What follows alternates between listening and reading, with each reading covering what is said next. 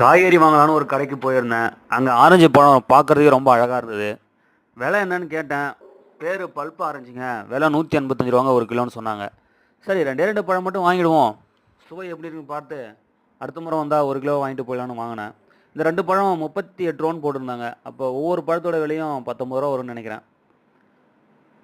நான் வழக்கமாக பழங்களை சாப்பிட்ட பிறகு விதையை தூக்கி போடாமல் முளைக்க வைக்க முயற்சி பண்ணுவேன். அதே மாதிரி இந்த பழத்தொகை சாப்பிட்ட பிறகு இதுலேருந்து விதை எடுக்கலான்னு முயற்சி பண்ணேன். பிரித்து பார்த்த பிறகு தான் எனக்கு ஒரு அதிர்ச்சி காத்திருந்தது.